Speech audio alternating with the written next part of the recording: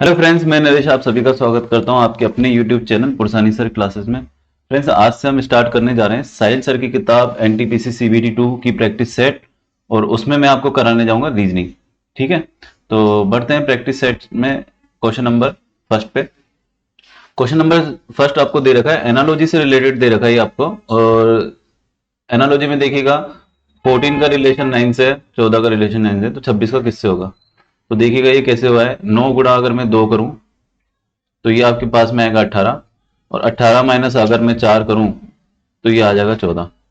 ठीक है, तो अब देखिएगा 26 में अगर आप चाहो तो इसमें क्या करना है आपको, 26 में प्लस 4 करना है और आएगा आपके पास में 30, और 2 का भाग लगा दोगे तो आपके पास में आंसर आ गया है 15, जो कि ऑप्शन ए में दे रखा है। डायरेक्ट ऑप्शन से भी कर सकते हो, 15 आपने लिया और उसको दुगना किया 30, और 30 में सॉरी हाँ 30 में से आप 4 माइनस करेंगे तो 26 आ जाएगा। क्वेश्चन नंबर सेकंड देखिएगा, वेन डायग्राम से रिलेटेड है। क्वेश्चन में दे रखा है आदमी, मजदूर और बगीचा, ये तीनों का रिलेशन कौन सा डायग्राम शो कर रहा है। तो डी ऑप्शन डायरेक्ट देखेगा, ये जो सर्किल है ये आदमी का हो जाएगा और ये मजदूर का हो जाएगा। मतलब कि कुछ आदमी मजदूर हो सकते हैं, जरूरी नहीं है सारे आदमी ही मजदूर हों, और बगीचा एक अलग चीज है, तो इसलिए आंसर डी हो जाएगा। बढ़ते अगले क्वेश्चन की तरफ। अगला क्वेश्चन दे रखा है आपका मिसिंग नंबर से रिलेटेड दे रखा है। मिसिंग नंबर में देखिएगा 6, 3, 5 दे रखा है, और ये मिलकर के 84 बन रहे हैं। तो किस प्रकार बन रहे हैं, अगर मैं 5 गुणा 3 करूं तो 15, और 15 इंटू 6 करेंगे तो कितना आ जाएगा आपके पास में, 15 6 90। अब देखिएगा 90 में से ये मैं 6 माइनस कर दूं तो आपके पास में 84 आ गया। इसको चेक करना चाहे तो इसको चेक कर सकते हैं, बाकी डायरेक्टली करेंगे हम। तो क्वेश्चन मार्क को मैं x मान लेता हूं, x गुणा 4 गुणा 5 और बराबर 155। यहां पे क्या करेंगे, प्लस करेंगे, क्या करेंगे 5। प्लस क्यों किया है, क्योंकि यहां से 6 माइनस होकर के ये आया, तो ये 5 माइनस होकर के ये आया, तो इसलिए इसको प्लस किया है अपन ने, जिससे कि एग्जिट वैल्यू इससे पता लग जाए। तो देखिएगा x ये हो जाएगा 20x बराबर 160, और x बराबर आपके पास में हो जाएगा 160/20, और मैं इसको काटूंगा तो आपके पास में 8 आ जाएगा। तो क्वेश्चन मार्क की जगह आंसर आपके 8 आ गया। बढ़ते हैं अगले क्वेश्चन की तरफ। अगला क्वेश्चन डायरेक्शन से रिलेटेड है। जैसे जैसे आपको दे रखा है वैसे वैसे इनको बिठाते जाइए।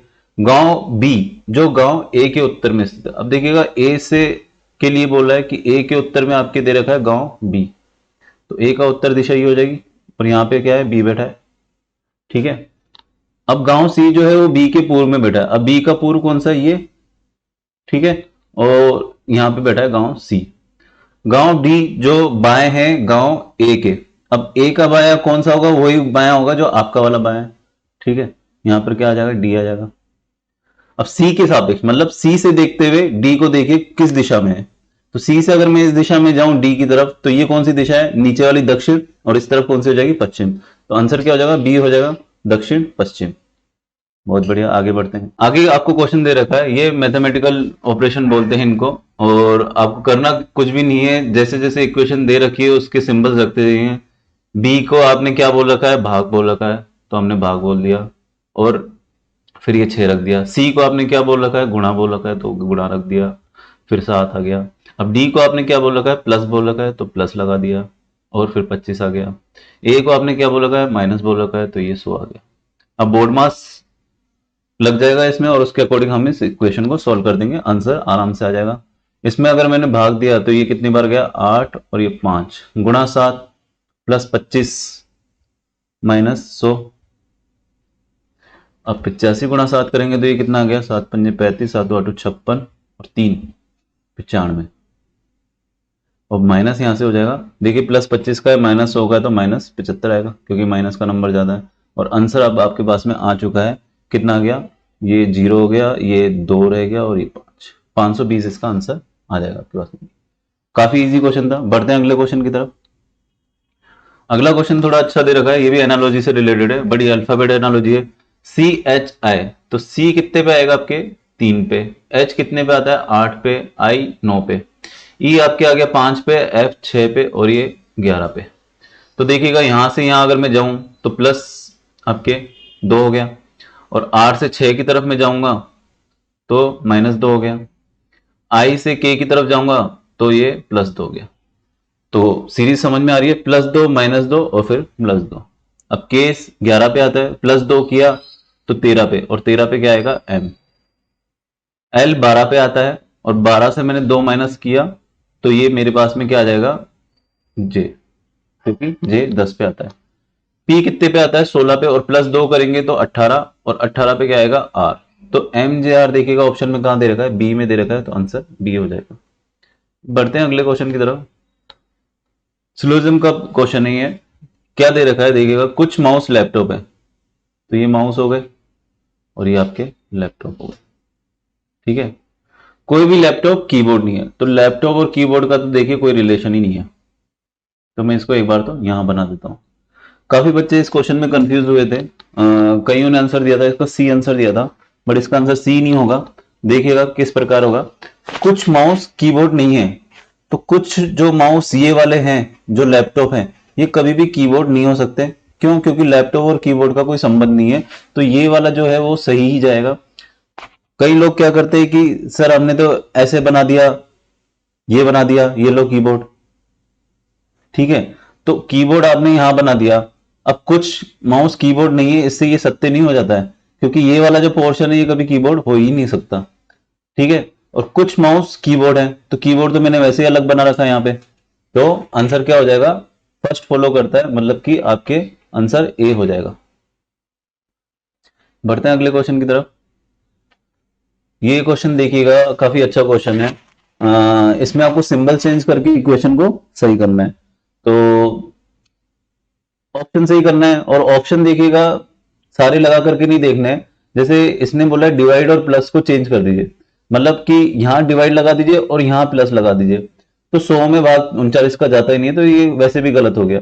माइनस और गुणा को चेंज करके दे सकते हैं। यहां पर अपन ने गुणा रख दिया और यहां माइनस कर दिया, तो देखिएगा 13 में भाग जा रहा है, इसका कितनी बार जा रहा है, 100 प्लस करके 13 में भाग गया, ये आपके कितनी बार गया, 3 बार। और अब माइनस की जगह मुझे गुणा रखना है और ये 18 रखना है, फिर गुणा की जगह माइनस रखना है और ये 16 रखना है, और ये बराबर 138। आगे इसको सॉल्व करके देखते हैं ये सही होता है कि नहीं लगता। 100 प्लस ये हो जाएगा 54 माइनस 16 बराबर 138। 154 माइनस 16 बराबर 138। और ये देखिएगा माइनस करेंगे तो ये आ गया 8, और ये गया 3, और ये 1, मतलब कि 138 बराबर 138। तो बी कंडीशन एकदम सही बैठ रही है, आंसर बी हो जाएगा। तो फ्रेंड्स बढ़ते हैं अगले क्वेश्चन की तरफ। अगला क्वेश्चन आपको दे रखा है, कोडिंग डिकोडिंग से रिलेटेड है। यूनाइटेड दे रखा है, UNITED, और उसका आपके ये बन गया है LQXGH, और ये W। अब देखिएगा क्रॉस कोडिंग हुई है। आई से अगर मैं यहां पे करूं तो हो जाएगा +3, आई 9 पे आता है और L 12 पे। U से X देखिएगा, ये 21 पे आता है और ये 24 पे। ठीक है, और N से Q देखिएगा, N से Q में आपके ये 14 पे आता है और ये 17 पे, तो यहां से भी +3 हो रहा है। इधर की बात करते हैं, T का W से, ये 20 पे आता है और ये 23 पे। ठीक है, तो आप समझ गए होंगे ये क्रॉस कोडिंग हो रही है, यहां से भी +3 हुआ है, यहां से भी +3 हुआ है, तो दोनों तरफ से आपको +3 करना है। मतलब क्रिटिक्स का आप देखेंगे अपन किस तरीके से बन रहा है, CRI, तो ये यहां से अगर आप चाहो तो लाइन खींच सकते हो क्योंकि क्रॉस कोडिंग है, और ये TIC।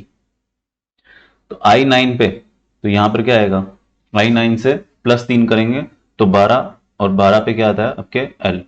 अब देखिएगा डायरेक्ट ऑप्शन भी कर सकते हो, इतना देखने की जरूरत नहीं है, तो सी ऑप्शन में दे रखा है, फिर भी एक बार आप चेक कर ही सकते हो। R 18 पे आता है, 18 में अगर मैं 3 जोड़ूंगा तो 21, और 21 पे क्या आता है U। C 3 पे आता है, और 3 में मैं 3 और जोड़ दूंगा तो 6 आके F आ जाएगा। तो देखिएगा अभी तक LUF, इतना चेक करने की जरूरत नहीं है, अगर पहला ही लेटर आपको मिल जाता है ऑप्शन में तो ये आंसर आप टिक करके आगे बढ़ सकते हैं। ये दे रखा है आपको, काउंटिंग फिगर का क्वेश्चन दे रखा है और काफी अच्छा क्वेश्चन है। यूं देखने में तो काफी बड़ा डायग्राम है, बट इसमें ट्रायंगल गिनना है आपको, त्रिभुज गिनना है। तो देखिएगा इस चौकोर की मैं बात करूं तो इसमें कितने हैं आपके पास में, 2। ठीक है, यहां से इस चौकोर की बात करें तो इसमें भी आपके पास में दो हैं। एक ये ट्राइंगल है जिसके बीच में एक ये लाइन जा रही है, ठीक है, दिख रही है। अब इसमें भी आपको क्या मिलेंगे, दो ही मिलेंगे। तो दो, दो चार और दो छह, और एक ये साइड से निकल रहा है ये वाला। तो ये हो गया आपके पास में 7वें नंबर का। तो टोटल ट्राइंगल कितने होंगे, 7 हो गए। अगर और भी देखना चाहें तो आप देख सकते हैं, लेकिन इसमें इतने ही ट्राइंगल हैं। आगे बढ़े फ्रेंड्स, बढ़ते हैं अगले क्वेश्चन की तरफ। अगला क्वेश्चन 11 नंबर दे रखा है आपको, मिसिंग नंबर का। इसमें देखिएगा क्या चल रहा है। 2 का अगर मैं क्यूब करूं, सबसे पहले छोटे नंबर को अपन निकालेंगे, ठीक है। छोटा नंबर कैसे निकल रहा है, ये 2 का क्यूब आपके पास में आ रहा है 8, और 5 का स्क्वायर करेंगे तो आपके पास में आ रहा है 25, और इन दोनों को जोड़ देंगे तो आपके पास में 33 आ जाएगा। इसी तरीके से अगर मैं 3 का क्यूब करूं तो कितना आ जाएगा, 27, और 4 का स्क्वायर करूं तो कितना आ जाएगा, 16, और 27 और 16 जोड़े तो 43 आ जाएगा। अब देखिएगा ऑप्शन के अकॉर्डिंग भी आप कर सकते हो। ऑप्शन में देखिएगा बड़े दे रखे हैं, क्योंकि इसमें ये पैटर्न नहीं फिक्स है कि किसका क्यूब करना है और किसका स्क्वायर करना है, तो ऑप्शन ही देखने पड़ेंगे। तो कौन से नंबर के क्यूब के आसपास के ऑप्शन दिख रहे हैं आपको, 8 के क्यूब के आसपास दिख रहे हैं, क्योंकि 8 का क्यूब होता है 512, और अगर मैं 1 का स्क्वायर करूं तो भी 1 आना है, और इनको टोटल कर देंगे तो आपके पास में 513 आ जाएगा। अगर क्वेश्चन में ऐसे भी कर सकते हैं कि 513 नहीं दे रखा हो, ऑप्शन में कुछ और भी दे रखा हो, तो अपन इसका क्यूब करेंगे 1 और इसका स्क्वायर करेंगे 64, तो आंसर आएगा 65, ठीक है। बट 65 ऑप्शन में नहीं है, तो आपको क्यूब इसी में करना पड़ेगा, क्योंकि क्यूब किसका करना है, स्क्वायर किसका करना है, ये पैटर्न फिक्स नहीं है इसके अंदर। बढ़ते हैं अगले क्वेश्चन की तरफ। अगला क्वेश्चन काफी इजी है। वैल्यू दे रखा है आपको, और उसका कोड क्या दे रखा है, QWISD। तो देखिएगा v कितने पे आता है आपके, 22 पे, और ये कितने पे आता है, 17 पे। मतलब यहां से यहां तक कितना हो गया, -5 हो गया। ए कितने पे आएगा, 1 पे, और ये कितने पे आएगा, 23 पे।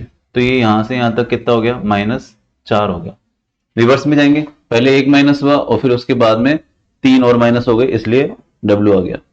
एल कितने पे आता है आपके, 12, और ये कितने पे आता है, 9 पे। तो 12 9 का डिफरेंस कितना आ गया, -3। तो ये गणित समझ में आ गई है कि भाई -5 -4 -3, तो यहाँ -2 होगा और यहाँ -1 होगा।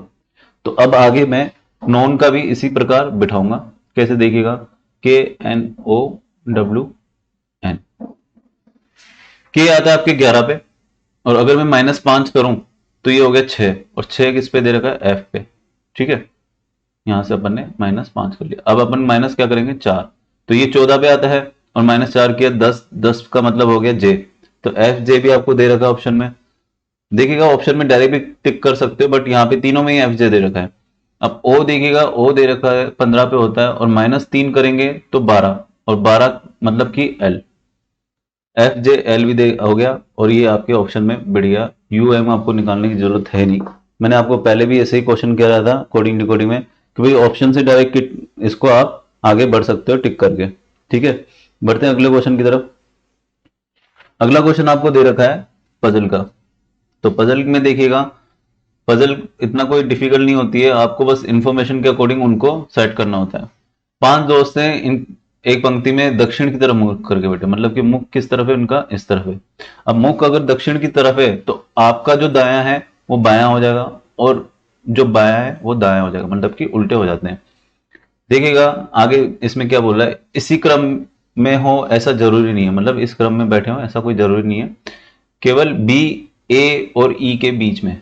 तो केवल जो बी है वो किसके बीच में, ए और ई के बीच में, ठीक है। सी ई के निकटतम दाएं बैठा है। तो मैंने कहा था दाएं क्या, कि अगर ई का जो है दायां किस तरफ होगा, इस तरफ होगा, उल्टा होगा।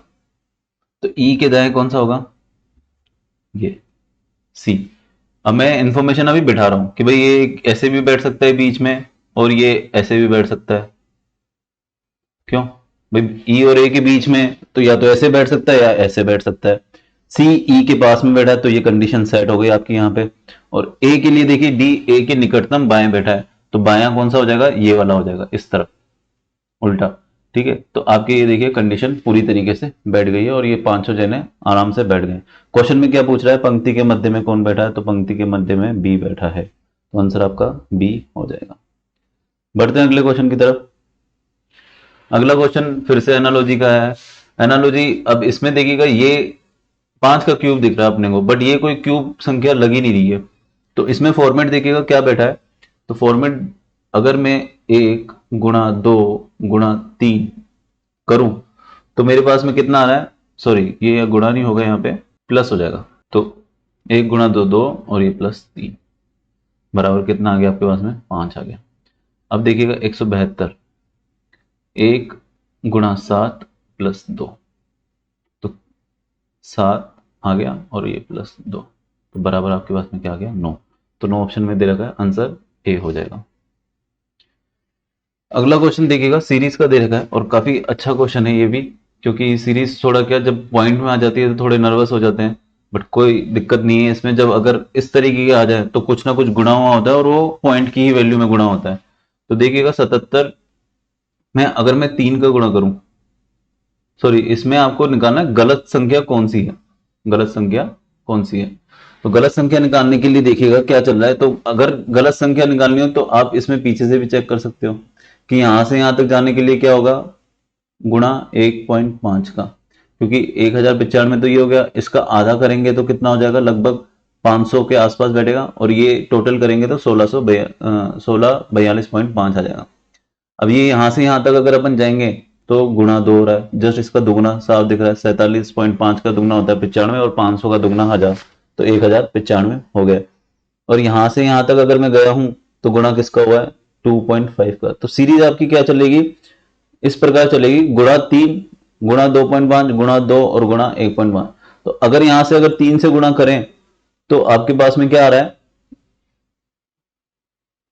77 गुणा 3, 21 2 7 21 और ये 2